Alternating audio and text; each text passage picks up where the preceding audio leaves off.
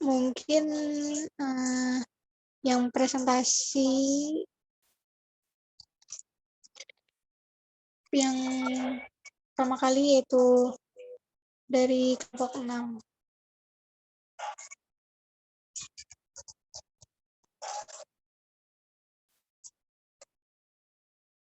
Oke, bisa diminta tolong ditampilkan dulu ya PPT-nya.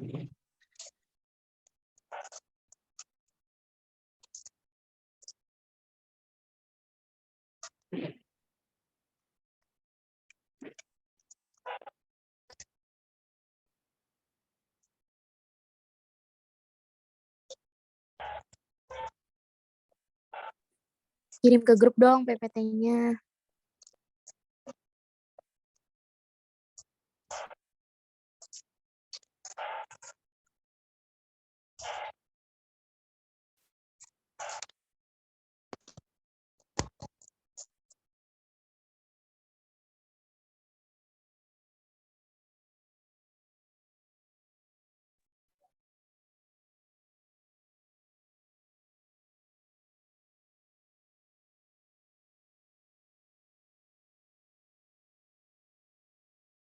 Oke, mungkin sudah bisa kita mulai ya. Sebelumnya suara saya jelas? Terdengar? Jelas terdengar. Terdengar, Kak.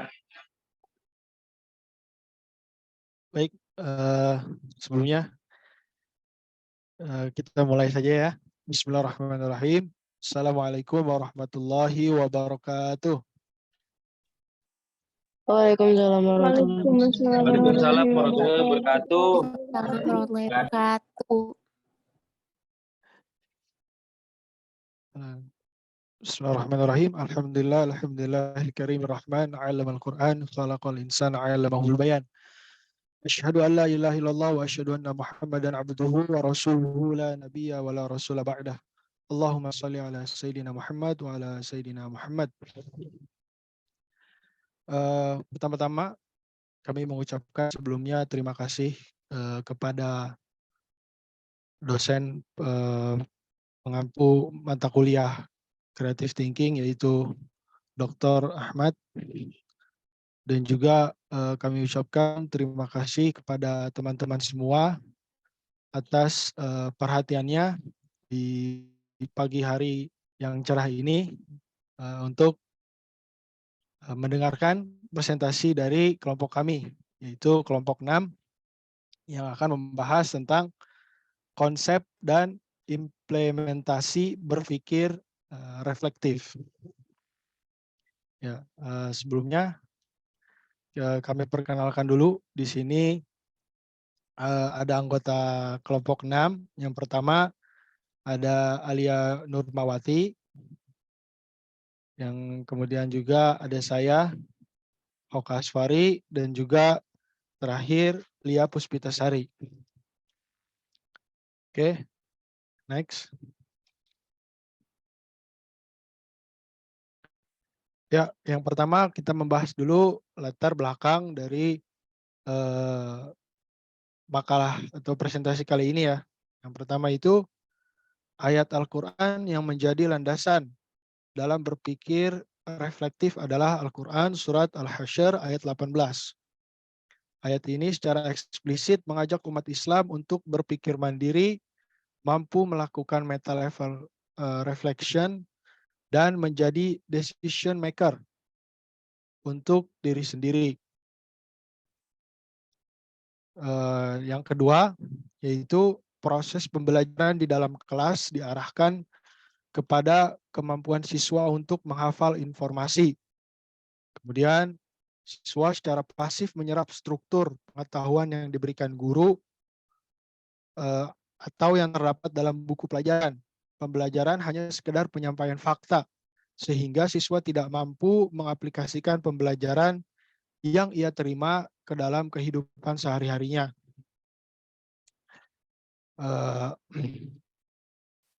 Padahal seharusnya anak didik itu belajar membaca kurangan dan kelebihan dirinya sendiri. Sementara pendidikan saat ini sekolah hanya berlomba untuk mencari anak didik Sementara karakter pribadi tidak dikembangkan. Yang harus dibangun adalah kemampuan merefleksikan diri sendiri dan kemampuan untuk hidup di kondisi terburuk sekalipun. Itu yang kedua. Dan yang terakhir, yang ketiga ini, riset tahun 2020 menunjukkan bahwa kontribusi dari kemampuan berpikir reflektif terhadap self-confidence itu sebesar 40,1%. Self-confidence ini kepercayaan diri ya. Jadi ternyata ada sebuah riset pada tahun 2020 ya, yang dilakukan kepada seluruh anak kelas 10 MIPA di SMA Negeri 1 Talaga. Sebanyak 7 kelas dengan jumlah peserta didik berjumlah 252 orang. Sampel diambil menggunakan teknik purposive sampling berupa kemampuan berpikir reflektif dan kuesioner untuk self-confidence. Teknik analisis data yang digunakan adalah uji korelasi bivariate dan uji regresi sederhana. Berdasarkan hasil penelitian dapat disimpulkan bahwa terdapat korelasi kemampuan berpikir reflektif terhadap kepercayaan diri, yaitu sebesar 40,1%. Ya, mungkin itu latar belakangnya. Next. Kemudian selanjutnya itu rumusan masalah. Kami di sini ada 3 rumusan masalah. Yang pertama, bagaimana berpikir reflektif dalam perspektif Islam. Kemudian yang kedua, bagaimana berpikir reflektif dalam pandangan Barat. Dan yang terakhir, bagaimana cara menyelesaikan masalah dengan cara berpikir reflektif. Nah, itu rumusan masalahnya. Next, tujuannya yang pertama untuk mengetahui berpikir reflektif dalam pandangan Islam. Yang kedua, untuk mengetahui berpikir reflektif dalam pandangan Barat. Dan yang ketiga, untuk mengetahui cara menyelesaikan masalah dengan cara berpikir reflektif.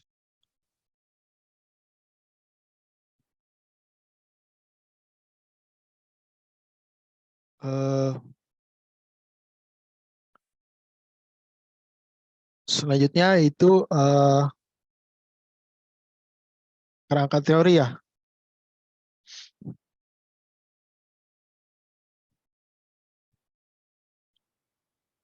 Kerangka teori selanjutnya akan dijelaskan oleh saudari Lia Puspitasari. Kepadanya waktu dan tempat dipersilahkan. Baik, terima kasih kepada Hoka. Saya akan menjelaskan tentang kerangka teori. Yang pertama yaitu teori tentang berpikir. Menurut Lilis tahun 2019 halaman 8, berpikir adalah kegiatan yang dilakukan oleh setiap orang yang melibatkan proses kognitif untuk menerima berbagai informasi yang diperoleh agar dapat memutuskan tindakan yang tepat untuk suatu masalah. Pada proses kognitif ini, digunakan sebagai panduan untuk proses berpikir dengan membuat kerangka berpikir, kemudian membaginya ke dalam aktivitas aktual. Yang kedua, yaitu teori berpikir aktif. Menurut Indiasari, tahun 2011, halaman 251, menyatakan bahwa proses berpikir reflektif diantaranya adalah kemampuan seorang untuk mereview, memantau, dan memonitor solusi dari pemecahan masalah. Sehingga berpikir reflektif merupakan salah satu proses berpikir yang diperlukan dalam pemecahan suatu masalah. Menurut Yusuf Arifianto 2018 tahun 2018 halaman 259. Next slide.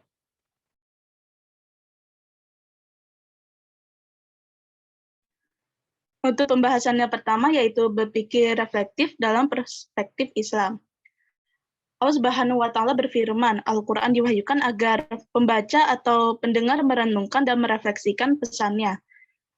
Allah Subhanahu wa Ta'ala berfirman dalam surat Shad ayat 29. A'udzubillahi minasyaitonir rajim. Kitabun anzalnahu anzalnahu ilaika mubarakul liyadabbaru ayatihi waliyatadzakkara ulul albab. Yang artinya, kitab Al-Quran yang kami turunkan kepadamu penuh berkah agar mereka menghayati ayat-ayatnya dan agar orang-orang yang berakal sehat mendapatkan pelajaran.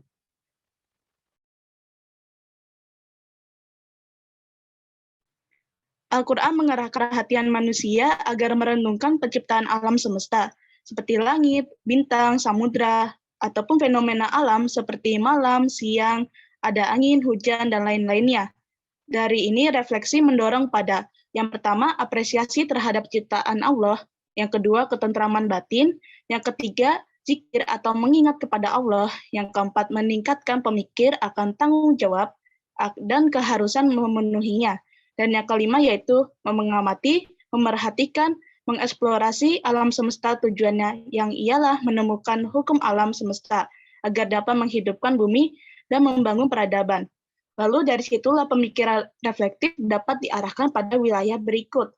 Yang pertama yaitu penciptaan langit dan bumi. Allah Subhanahu wa taala berfirman dalam surah Al-Baqarah ayat 164, yang artinya sesungguhnya dalam penciptaan langit dan bumi dan silih bergantinya siang dan malam dan dalam bahtera yang berlayar di laut membawa sesuatu yang berguna bagi manusia dan dalam air yang diturunkan Allah dari langit yang menghidupkan bumi sesudah mati dan membuat segala makhluk hidup berkembang, dan pengisaran angin dan awan yang bergerak pada jalannya yang telah ditentukan antara langit dan bumi. Sesungguhnya dalam semua peristiwa ini terdapat pesan bagi kaum yang menggunakan pikirannya. Lalu yang kedua yaitu wilayah lain bagi refleksi dan kontemplasi adalah ayat Al-Quran itu sendiri. Allah Subhanahu wa taala berfirman dalam surah Al-Mu'min ayat 7 yang artinya mereka yang menyangga singgasana Allah dan semua yang berada di sekitarnya bertasbih, memuji, dan mengagungkan dan beriman kepadanya, dan memohon ampun bagi semua orang yang telah beriman dengan mengatakan, "Ya Tuhan kami, Engkau meliputi segala sesuatu dalam rahmat dan pengetahuan-Mu. Maka ampunilah dosa-dosa mereka yang telah bertaubat dan mengikuti jalan-Mu, dan selamatkanlah mereka dari siksa api neraka yang berkobar." Lalu Al-Syeikh Abdurrahman Ibnu Nasir Al-Sadi menafsirkan ayat itu dengan demikian, yang ialah mengatakan bahwa doa memohon ampun bagi semua orang yang telah beriman, itulah menunjukkan nasihat halus tentang cara merenungkan wahyu. Orang yang merenunginya tidak akan bisa membatasi hanya pada makna harafiahnya belaka, tetapi dia juga harus merenungkan maknanya. Bila yakin, paham sepenuhnya kata tersebut, dia harus perhatikan secara rasional, melacak cara-cara menuju padanya, mengidentifikasi pengertian intrinsiknya, dan mencari hal-hal yang berkaitan dengannya. Dari itulah dia harus yakin bahwa pemahamannya harus jalan dengan kehendak Allah, sebagaimana Allah menggunakan kata tersebut dalam pengertian tertentu. Lalu ada dua alasan yang mendorongnya untuk memahami kehendak Allah. Yang pertama, keyakinan bahwa pemahamannya atas kata tersebut berdasarkan pada pemahaman akan maknanya. Yang kedua, pengetahuan bahwa Allah Maha Mengetahui. Dia memerintahkan hambanya memikirkan dan merenungkan kitab suci. Dia tahu mana yang benar dan berbagai makna yang ada. Dia menginformasikan bahwa kitabnya adalah sumber petunjuk, cahaya, dan penjelas segala sesuatu. Dari situlah dia Maha Fasih dalam ucapan dan sangat jelas dalam penjelasannya. Dan dengan sesuai kehendak Allah, hambanya menerima bagian dari khazanah, pengetahuan, dan kebaikan yang luas. Sehingga untuk sasaran berpikir reflektif diantaranya ada 5. Yang pertama, membuktikan bahwa Al-Quran adalah kitab suci wahyu Allah Subhanahu wa taala. Yang kedua, mengingatkan orang yang beriman bahwa kemenangan itu harus dimohonkan kepada Allah Subhanahu wa taala. Yang ketiga, menguatkan iman kepada hari pembalasan. Yang keempat, membangkitkan kecenderungan alami atau fitrah. Dan yang terakhir, kelima, yaitu menekankan keesaan Allah Subhanahu wa taala bahwa hanya Dialah yang patut disembah. Baik, untuk selanjutnya diserahkan kepada moderator. Baik, terima kasih kepada Lia Puspitasari yang telah menerangkan dari pembahasan 1. Selanjutnya saya sendiri akan membahas tentang berpikir reflektif dalam perspektif Barat. Ya, dalam pandangan John adalah berpikir reflektif yang artinya adalah pertimbangan yang sifatnya aktif, persisten atau terus-menerus dan teliti mengenai sebuah keyakinan atau bentuk pengetahuan yang diterima begitu saja dengan dipandang dari sudut alasan yang mendukungnya dan kesimpulan lanjutan yang menjadi kecenderungannya. Dalam berpikir reflektif ini dapat melihat suatu proses dari perwujudan. Teori melalui data dapat melihat tingkat informatif value dari teori yang telah ada, dapat menjelaskan segala sesuatu yang tidak dapat dijelaskan secara sempurna, serta menyusun kerangka pemikiran yang mengeluarkan jalan pikiran menurut kerangka yang logis. Next, pembahasan ketiga selanjutnya akan disampaikan oleh Alia Nurmawati. Kepadanya waktu dan tempat kami persilahkan. Baik, pada pembahasan ketiga ini, saya akan menjelaskan itu tentang bagaimana cara seseorang menyelesaikan masalah. Yang pertama yaitu ketika seseorang dalam bertindak untuk memutuskan suatu persoalan, yaitu dengan berdasarkan pengetahuan yang sudah kita miliki dan sudah dipelajari sebelumnya. Yang kedua, untuk menjawab dari suatu permasalahan, perlu menghubungkan pengetahuan yang sudah diketahui dengan situasi yang lainnya. Yang ketiga, dengan mempertimbangkan hasil pemikiran dengan kebenaran yang sudah sesuai dengan yang sudah diyakininya.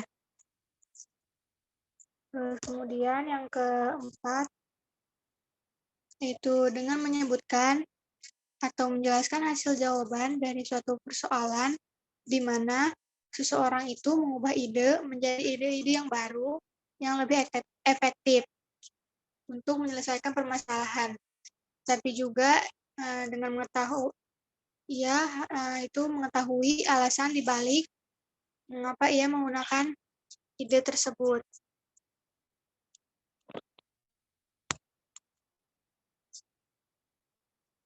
Terus yang terakhir itu ada kesimpulan.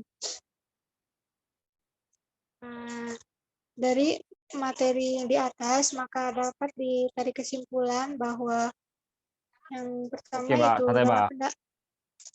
dalam pandangan Islam dari Al-Quran, kita perlu merenungkan dan merefleksikan tentang bagaimana Allah menciptakan alam semesta ini. Yang kedua, berpikir reflektif dengan sebuah keyakinan atau bentuk pengetahuan dari sudut pandang dengan alasan yang mendukungnya. Yang ketiga, yaitu ketika seseorang kebingungan dalam mencari jawaban untuk menyelesaikan masalah, perlu melakukan pengkajian terlebih dahulu dari permasalahan apa yang didapatkan. Rokok Mbak, Mbak. 15. Eponya 10. 3. Bisa kan Mbak? Biar ada ini ya Mbak. Biar ada variasinya. Siapa itu? Siapa itu? Matiin lupa. Baik, terima kasih atas penjelasannya kepada Puspitasari dan Alia Nurmawati. Selanjutnya mungkin kami buka 3 sesi diskusi, atau juga ada teman-teman yang mau menambahkan, atau juga ada yang mungkin mau menanyakan tentang contoh-contoh berpikir reflektif itu mungkin seperti apa dan lain-lain. Kepada teman-teman semua kami persilakan. Oke. Izin bertanya, saudara. Ya, silakan disebutkan nama dan juga dari asal kelompoknya, kelompok berapa ya?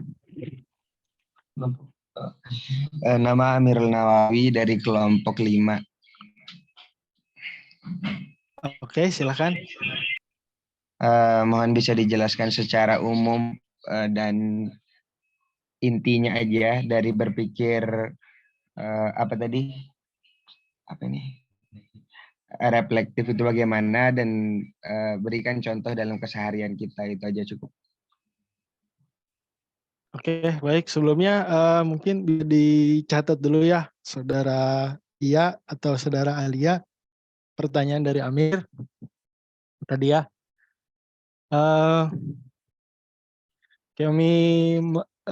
Menurut kami, apakah pertanyaan dari Amir sudah mewakilkan pertanyaan dari teman-teman semua nih terkait berpikir reflektif, atau masih ada yang mau bertanya juga?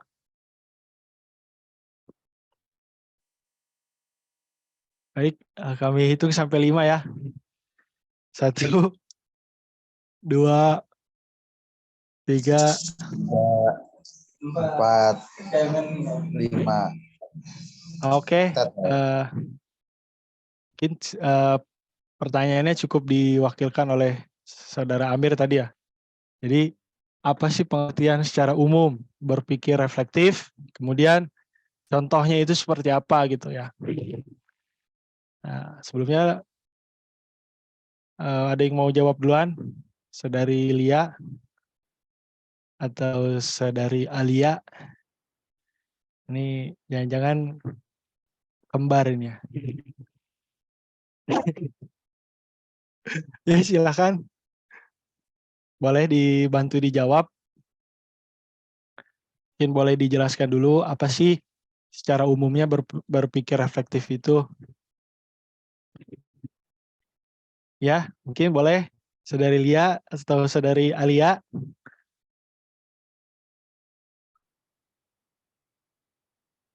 Halo.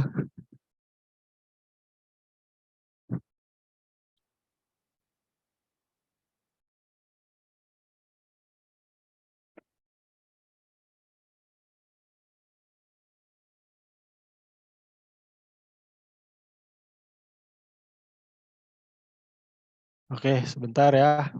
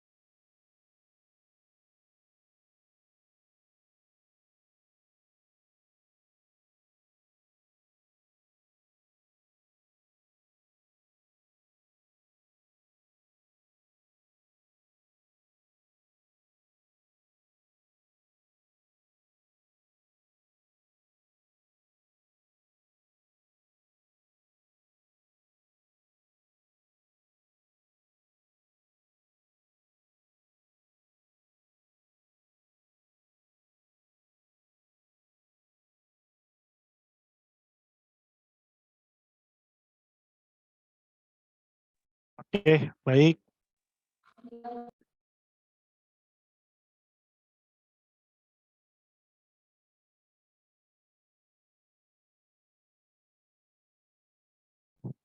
Yang pertama dulu ya, kami mengutip juga di sini dari sebuah jurnal ya tentang kemampuan berpikir reflektif ya, yang ditulis oleh Tuti Ikhwani. Ya, jadi secara umumnya itu kemampuan berpikir reflektif merupakan suatu kemampuan untuk menghubungkan pengetahuan yang diperolehnya dengan pengetahuan sebelumnya, sehingga diperoleh suatu kesimpulan untuk menyelesaikan permasalahan yang baru. Nah, berikutnya contohnya akan diberikan oleh saudari Lia atau saudari Alia. Ya, silakan. Baik, saya dulu ya, Lia. Saya akan menjawab dalam yang Islam dulu ya. Contohnya itu gimana sih berpikir reflektif? Seperti yang tadi dijelaskan dalam ayat Al-Quran, salah satunya itu yang surah Shad ya, ayat 29 yang artinya, ini adalah sebuah kitab Al-Quran yang telah kami turunkan kepadamu, penuh dengan berkah supaya mereka merenungkan ayat-ayatnya, dan agar orang yang memiliki pemahaman dapat mengingat. Lalu juga ada ayat yang menjelaskan tentang penciptaan langit dan bumi, dan silih bergantinya siang dan malam, dalam surah Al-Baqarah ayat 164. Lalu kita juga, ini kan firman Allah dalam firman-Nya ya, ke dalam kitabnya, perkataan kata gitu ya. Lalu juga ada firman Allah yang bisa kita lihat secara langsung, seperti seperti adanya gunung, langit, dan sebagainya. Kan gunung itu besar ya. Berarti kan kita berpikir, siapa yang bisa menciptakan gunung sebesar ini? Yang sudah tentu adalah Allah Subhanahu wa Ta'ala yang Maha Besar. Dari situlah pemikiran dari ayat Al-Quran lalu menambahkan pengetahuan dari apa yang ia lihat seperti gunung gitu, ia bisa merefleksikan sehingga dari hasil refleksi itu dia mengapresiasi terhadap ciptaan Allah. Seperti itu. Wallahu a'lam bishawab. Baik, terima kasih kepada Ustazah Lia. Selanjutnya mungkin dari Ustazah Alia bisa menambahkan contoh berikutnya atau mungkin cukup.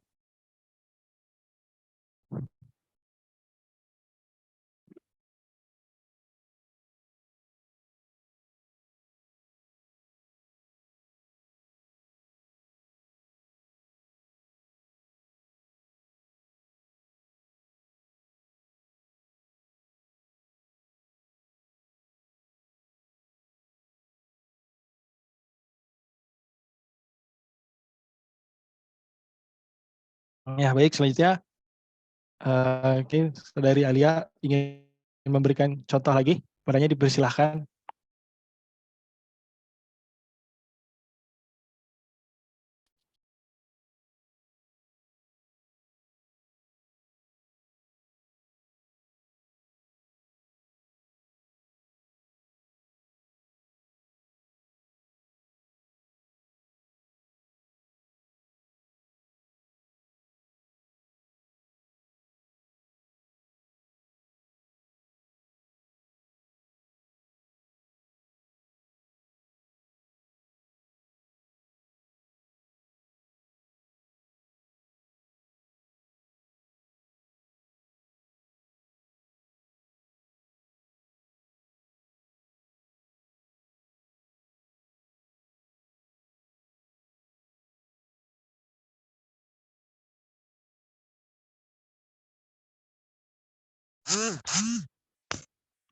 Jadi untuk di dalam kehidupan sehari-hari dalam menyelesaikan suatu masalah, dalam berpikir reflektif itu kita perlu di pengetahuan yang sudah kita ketahui, yang awalnya yang sudah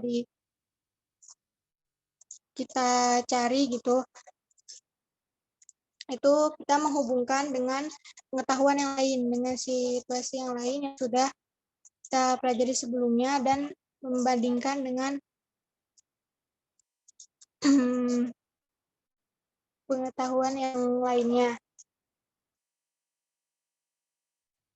Dari pengetahuan yang sudah diketahui ini, dalam berpikir reflektif itu kita mengembangkan yang sudah kita ketahui itu dengan ide yang baru, yang lebih mudah. Kayak misal dalam pembelajaran, guru menanyakan bagaimana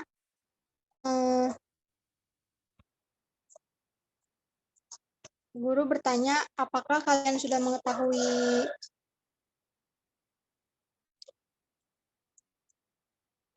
pelajaran yang kemarin itu dengan membahas ulang kembali itu. Nah, terus siswanya ini menjawab dengan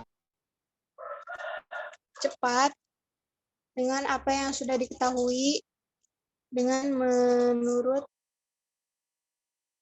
ide yang sudah dia dapatkannya. Mungkin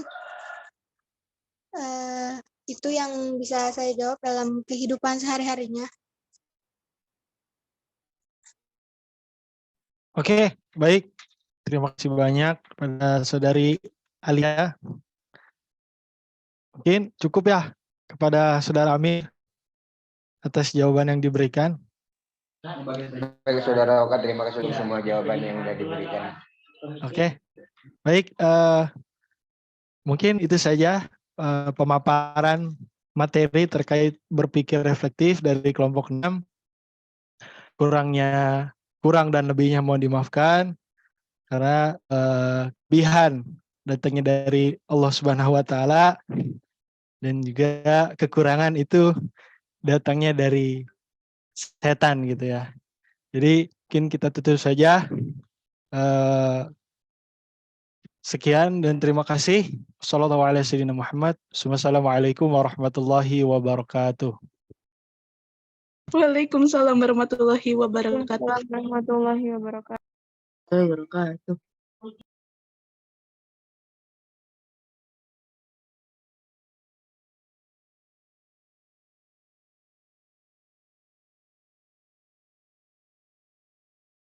Selanjutnya kelompok berapa yang mau presentasi?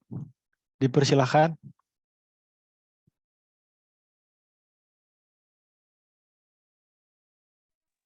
Kelompok 4.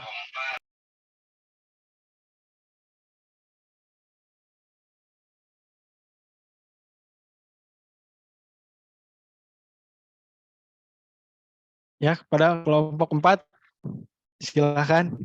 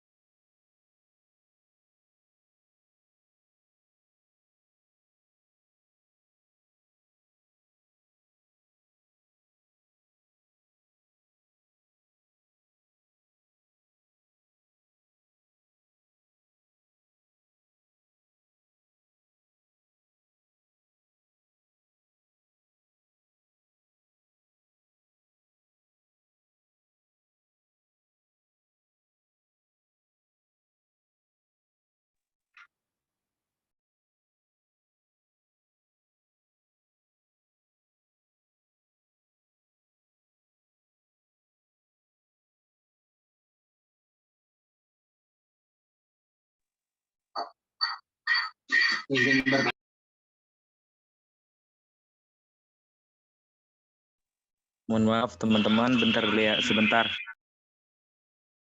Oke.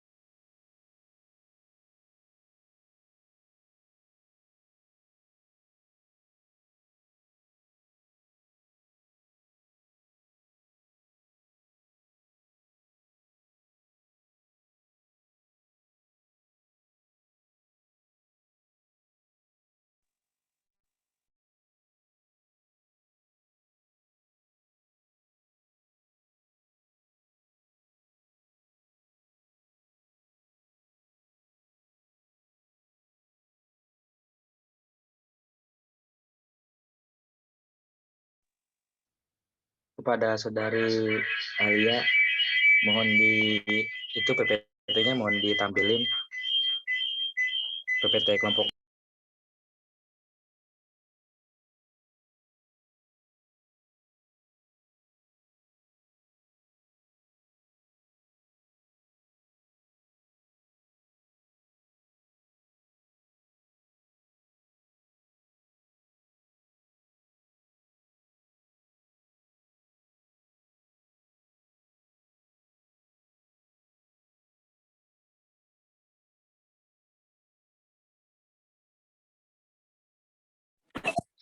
Baik, kita mulai ya. Iya, silakan Sal. Ya, Assalamualaikum warahmatullahi wabarakatuh. Waalaikumsalam warahmatullahi wabarakatuh.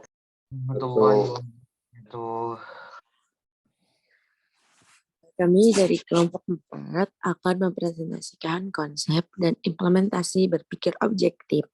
Sebelumnya, anggota kelompok 4 ini ada 3 orang. Yang pertama adalah Fonda, yang kedua adalah Muhammad Sauqi, yang ketiga ada Salin Al-Fatimah Jamil. Materi pertama ini akan dibacakan oleh Syauqi. Waktu dan tempat dipersilahkan. Ya, terima kasih Saudari Seli telah mempersilahkan saya untuk menjelaskan materi pertama. Mir, kecil. Bisa di slide gak itunya itu PPT? Udah di slide belum sih? Ya, di sini ada 2 latar belakang masalahnya. Yang satu itu satu pemikiran itu tidak luput dari gesekan ruang dan waktu, baik secara sosiologis, politik, dan budaya. Pemikiran itu sebenarnya suatu jawaban, respon, dan solusi yang dapat dikatakan pada hakikatnya. Pemikir adalah tawanan yang dibatasi oleh lingkungan sekitarnya. Dan bagian bawahnya yaitu banyaknya masyarakat zaman sekarang lalu berpikir tidak objektif dan selalu menelan setiap berita atau permasalahan dengan mentah dan tidak mencari kejelasan dari permasalahan tersebut. Next.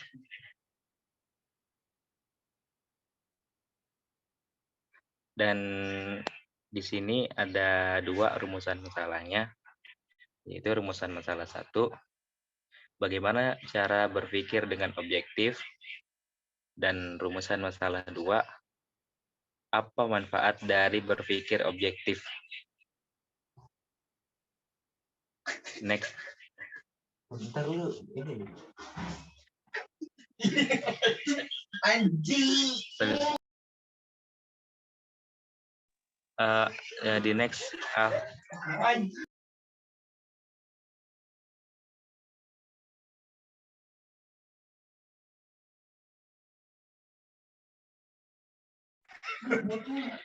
Berpikir objektif. Berpikir objektif adalah berpikir sesuai dengan tempat, sifat, dan keadaannya.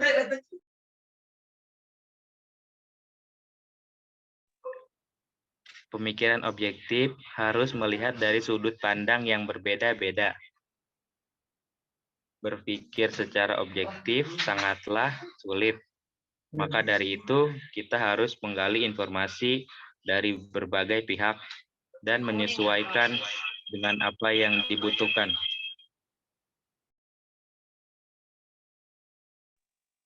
Di next lagi, Al. Dan di sini bagaimana berpikir objektif. Memandang suatu dari 2 sudut pandang dan tidak menyamaratakan segala keadaan, karena objektif bisa dikatakan pemikiran yang harus dijunjung tinggi bagi setiap memandang suatu permasalahan.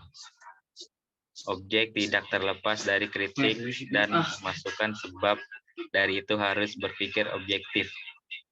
Karena setiap kritikan bukan merupakan hal yang negatif. Bahkan kritikan yang dapat membangun kita dan dapat membuat kita jauh lebih baik, tergantung bagaimana cara pandang kita. Slide lagi. Dan di sini seterusnya akan dijelaskan oleh ataupun akan dibawakan materinya dengan rekan saya, Saudara Lafonda. Silakan kepada Saudara Lafonda, waktu dan tempat, saya persilakan. Ya, terima kasih Saudara Sauki. Di sini saya akan menjelaskan tentang contoh berpikiran dengan objektif. Ada 3 contoh yang kita taruh di PPT ini. Yang pertama adalah seseorang yang memiliki suatu usaha yang akan mendengarkan keluhan dari customer-nya untuk memperbaiki sistem dan meningkatkan kepuasan para pelanggan. Jadi seperti di toko-toko counter HP kayak gitu-gitu. Dan yang kedua adalah pekerja akan menganalisis suatu keinginan klien dan melihat apakah sesuatu yang dipilihkannya sesuai dengan kemauan. Yang ketiga, seorang pekerja kantoran akan mengatur jam kerjanya untuk menemui kliennya dan jika ada permasalahan, ia akan berpikir cara bagaimana untuk menyelesaikannya dan menyelesaikannya tidak dengan terburu-buru.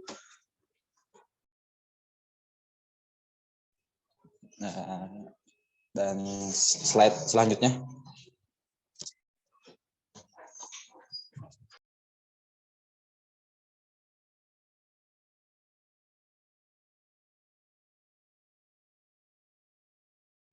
Slide selanjutnya akan dibahas. Akan dikembalikan.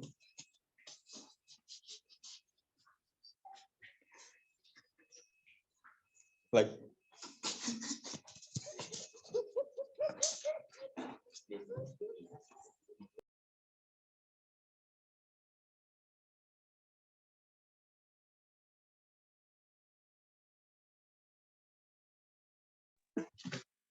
Untuk saudara bisa dijelasin materi yang tadi Bunda kurang detail gitu, yang bagian suratnya, bagian berpikir objektif dalam Al-Quran. Silakan kepada saudari Seli bisa membantu menjelaskan materi tersebut. Padanya waktu dan tempat dipersilakan.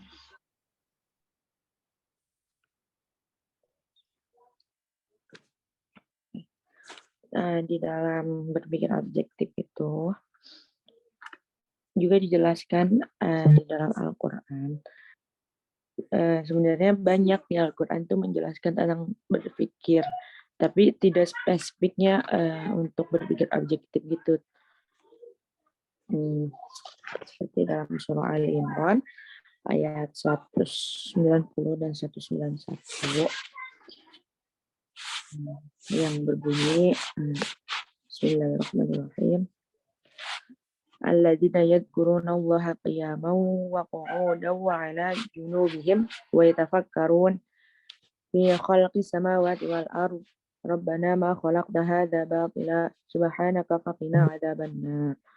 Rabbana innaka man tudkhilin nar faqad akhzaitah wa ma lil zalimin min ansur. Yang artinya yaitu orang-orang yang mengingat Allah sambil berdiri, duduk, atau dalam keadaan berbaring, dan mereka memikirkan tentang penciptaan langit dan bumi, seraya berkata, ya Tuhan kami, tidaklah Engkau menciptakan semua ini sia-sia. Maha suci Engkau, lindungilah kami dari azab neraka. Ya Tuhan kami, sesungguhnya orang yang Engkau masukkan ke dalam neraka, maka sungguh Engkau telah mengizinkannya dan tidak ada seorang penolong pun bagi orang yang zalim. Nah, di sini dijelaskan bahwa orang-orang yang diciptakan Allah itu berpikir bahwa berpikir tentang penciptaan langit dan bumi. Ininya selanjutnya coba ada tafsirnya.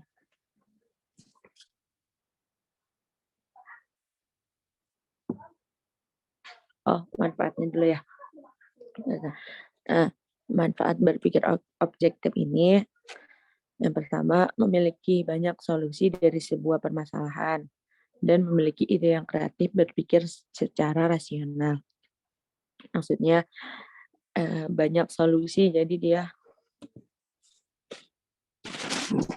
banyak berpikir untuk sebuah solusi dan tidak stuck di permasalahan itu, tidak menyerah dalam sebuah permasalahan. Jadi dia berpikir bagaimana cara menyelesaikannya. Lalu dengan berpikir objektif kita dapat memahami suatu permasalahan. Nah, dengan berpikir objektif kan di sini kita dapat memahami suatu permasalahan, yaitu kalau ada sebuah permasalahan tuh kayak yang tadi tuh nggak ditelan bulat-bulat, jadi kita mencari kejelasannya, bertabayun dulu sama apa permasalahannya ini gitu. Contohnya seperti misalnya kita punya teman, terus teman kita ngomong nih ke kita kayak si A ngejelekin lu nih gitu. Terus saya bilang, masa iya gitu, serius. Nah, saya nanya ke si A, emang kamu ngejelekin saya? Kata si B gitu. Enggak, saya enggak menjelekin kamu. Nah, di situ kan adanya kayak mau mengadu domba gitu. Nah, kita jadi mencari kejelasannya dulu apa benar begitu adanya. Lalu solusinya adalah dengan mendudukkan kita bertiga, misalnya kita bertiga didudukkan, dibicarakan ada apa, permasalahannya apa, kenapa kayak gini. Nah, setelah itu kita mencari solusinya bersama. Lalu dengan berpikir objektif kita dapat mendapatkan kawan yang baiknya. Dari yang tadi itu setelah kita rembukan bersama-sama, kita rukun lagi dan kita akan menjadikan kawan-kawan yang baik gitu, untuk ke depannya juga dengan teman-teman yang lainnya juga seperti itu. Selanjutnya,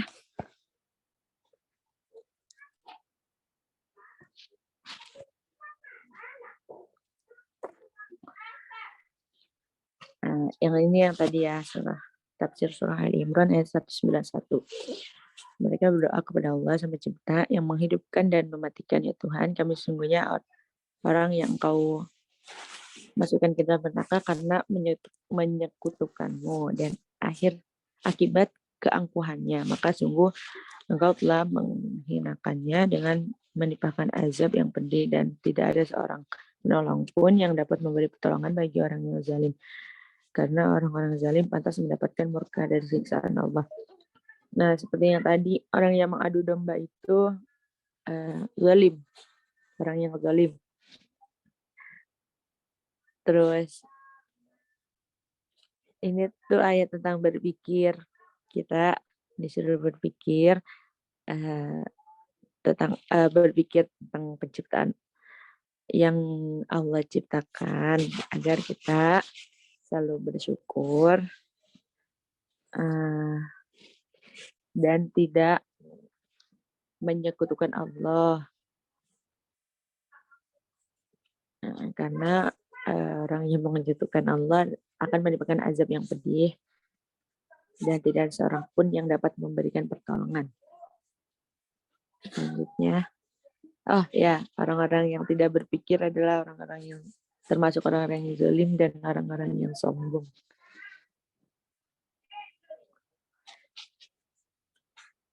Ini di next aja.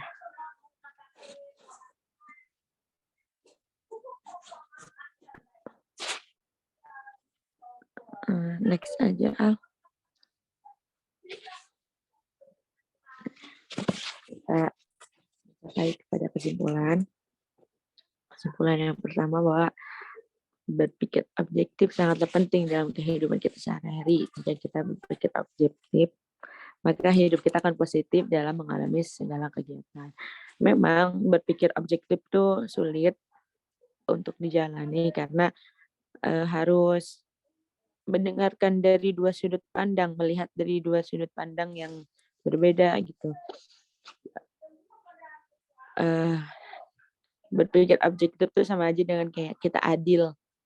Nah, kita udah ngelihat sudut pandang yang pertama, begini hasilnya, sudut pandang yang kedua, begini hasilnya.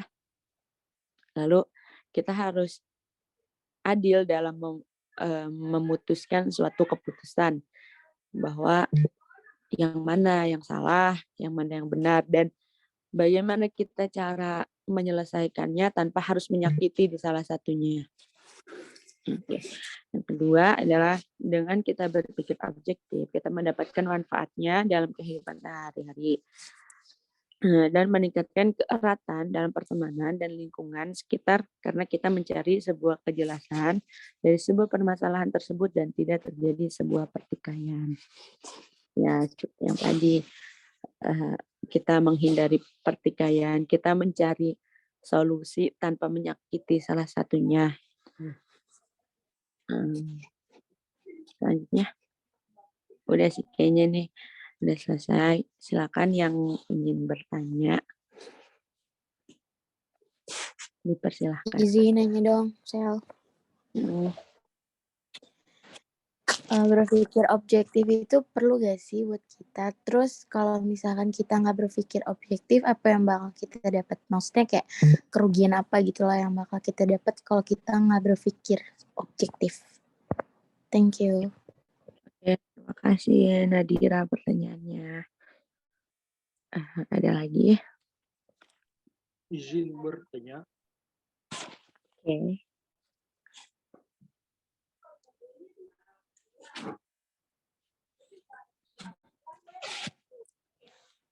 Halo. Iya, Oka kedengeran. Ya. Sebelumnya terima kasih kepada kelompok 4 ya atas pemaparannya. Saya minta tolong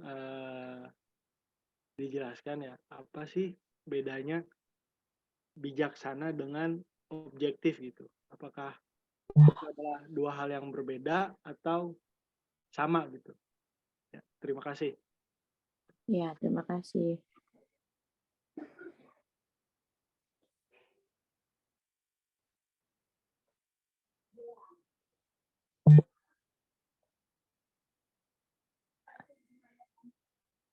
Iya, ada lagi yang mau nanya?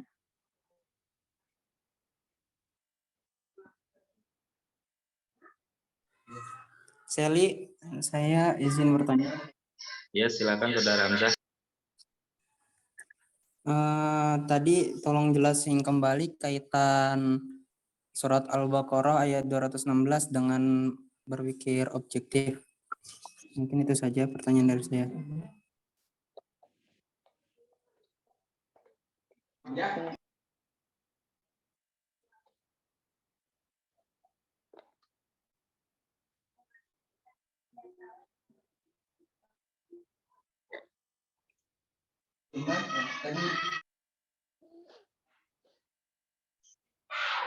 Baik, terima kasih kepada Saudara Hamzah atas pertanyaannya tadi. Baik, saya akan menjawab pertanyaan dari Saudara Hamzah.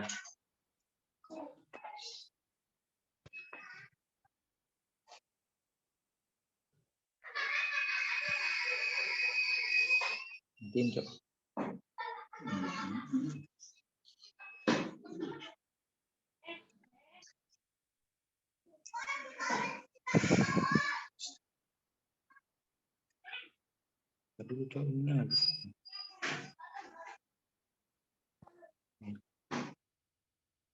Pertanyaan tadi gimana, Saudara Hamzah? Ya, bentar.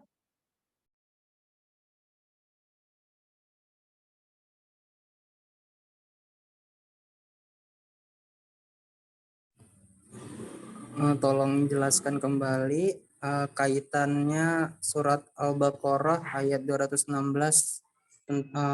apa kaitannya dengan berpikir objektif? Ya, baik, terima kasih. Jadi, berpikir objektif itu kan artinya melihat sesuatu dari sudut pandang yang netral dan tidak memihak. Sedangkan kebalikannya, jika berpikir subjektif, yaitu berpikir sepihak dan tidak mendasar, yang hanya mengedepankan nafsu semata. Ketika kamu bisa berpikir objektif, maka akan bisa bersikap adil dan menghindari aspek-aspek emosional saat mengambil keputusan. Dan berpikir objektif juga merupakan cara mengambil suatu kesimpulan atau tindakan yang melihat apa yang dilakukan oleh si pelaku dan sebaliknya. Dengan berpikir subjektif yang mengambil kesimpulan atau tindakan yang melihat siapa yang melakukan. Dan untuk lebih memahaminya lagi, pakai contoh. Seperti contoh kasus seorang polisi sedang mengendarai motor, namun menerobos lampu merah. Orang yang berpikiran objektif akan berkata polisi tersebut jelas salah karena melanggar tata tertib lalu lintas. Sementara orang yang berpikiran subjektif akan berkata tidak apa-apa, dia polisi, pasti ada alasan mengapa dia menerobos lampu merah. Dan mungkin untuk dalilnya itu ya Quran surat Al-Baqarah ayat 216 yang artinya ataupun penjelasannya, boleh kamu membenci sesuatu padahal itu amal baik bagimu, dan boleh pula kamu menyukai sesuatu padahal ia amat buruk bagimu. Allah mengetahui sedangkan kamu tidak mengetahui. Dari esensi ayat di atas ataupun surat Al-Baqarah ayat 216 ini adalah agar umat manusia bisa berpikir objektif, netral, dan tidak memihak, sehingga bisa mengambil nilai baik ataupun buruk dalam segala aspek kehidupan. Contohnya seperti dalam hal politik, dalam hal jual beli, dan dalam bersikap terhadap seseorang, dan lain sebagainya. Seperti contoh yang lain-lainnya. Mungkin segitu saja sih yang bisa saya terangkan, ataupun ada tambahan dari Saudari Sally dan Saudara Lakonda, silakan. Padanya saya persilakan untuk menambahkan ataupun ingin menjelaskan kembali sekiranya penjelasan dari saya kurang. Terima kasih. Baik, terima kasih Tri. Saya akan menjawab pertanyaan dari Nadira. Apa akibat kita tidak berpikir objektif? Nah, akibat kita tidak berpikir objektif itu kita akan mudah membenci orang lain. Karena misalnya ngegosip lah ya, gosip. Si ini ternyata dia kayak gini gitu. Dia kan tukang tipu, dia kan suka pinjam duitnya dibalikin, dia kan suka gini-gini. Nah, ternyata kita menelan itu bulat-bulat kayak, oh iya, emang iya ya, gitu. Udah, nggak mau temenan sama dia, gitu. Itu kalau kita nggak berpikir objektif, kita gampang benci sama orang lain. Tapi kalau misalnya kita berpikir objektif, kayak, emang iya ya, oh gitu, ya udah kita tanyain, atau enggak ya kita perhatiin gitu. Ternyata dia nggak gitu kok, dia nggak kayak yang diomongin sama orang-orang gitu. Jadi kan kalau kita berpikir objektif, kita bisa berteman dengan siapapun. Ya, walaupun memang dia benar berperilaku seperti itu, kita harus mendekatinya dan mengajaknya menjadi yang lebih baik lagi. Gitu Nadira. Kurang jelas ya?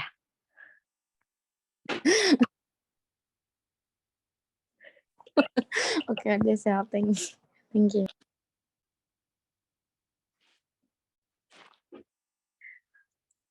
Oke, pertanyaan Hoka Asfari. Apa perbedaannya bijaksana dengan berpikir objektif? Sebenarnya nggak beda-beda jauh sih. Kalau bijaksana kan sikap tepat dalam menyikapi setiap keadaan dan peristiwa sehingga memancarlah keadilan, ketawaduan, dan kebeningan hati. Terus bijaksana itu menggunakan akal budinya, berarti kan sama aja dengan menggunakan berpikir objektif kan. Terus pandai dan hati-hati apabila menghadapi kesulitan. Berpikir objektif juga seperti itu, memandang dua arah dan mencari solusinya, terus dengan kehati-hatian. Dan dia juga bisa dengan bijaksana menjawab pertanyaan yang bersifat menjerat atau menjebak. Jadi dia pinter lah gitu.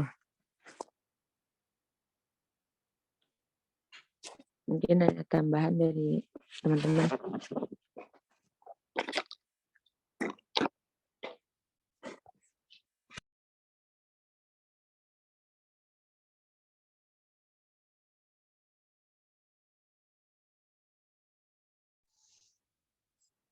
Bismillah, saya akan mengasih contoh dari pertanyaan Hoka. Di sini ada contoh seperti pemimpin yang tua usianya, tapi tidak bisa berpikir bijak hanya karena pola berpikirnya yang tidak objektif dalam memandang sebuah persoalan.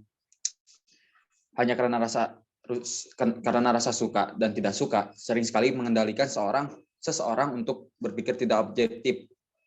Nah, itu kebanyakan oleh seorang pemimpin yang berpikiran seperti begitu seorang pemimpin lah.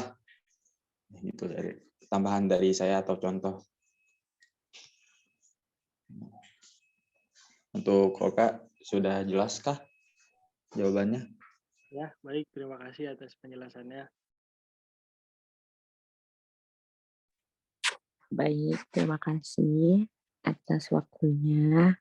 Kami kelompok 4 mohon undur diri. Kurang lebihnya mohon maaf. Assalamualaikum warahmatullahi wabarakatuh. Waalaikumsalam warahmatullahi wabarakatuh. Ini udah boleh keluar, Nal. Ya, untuk perkuliahan CT pada kesempatan hari ini dicukupkan saja. Terima kasih kepada yang sudah presentasi. Assalamualaikum warahmatullahi wabarakatuh. Waalaikumsalam warahmatullahi wabarakatuh.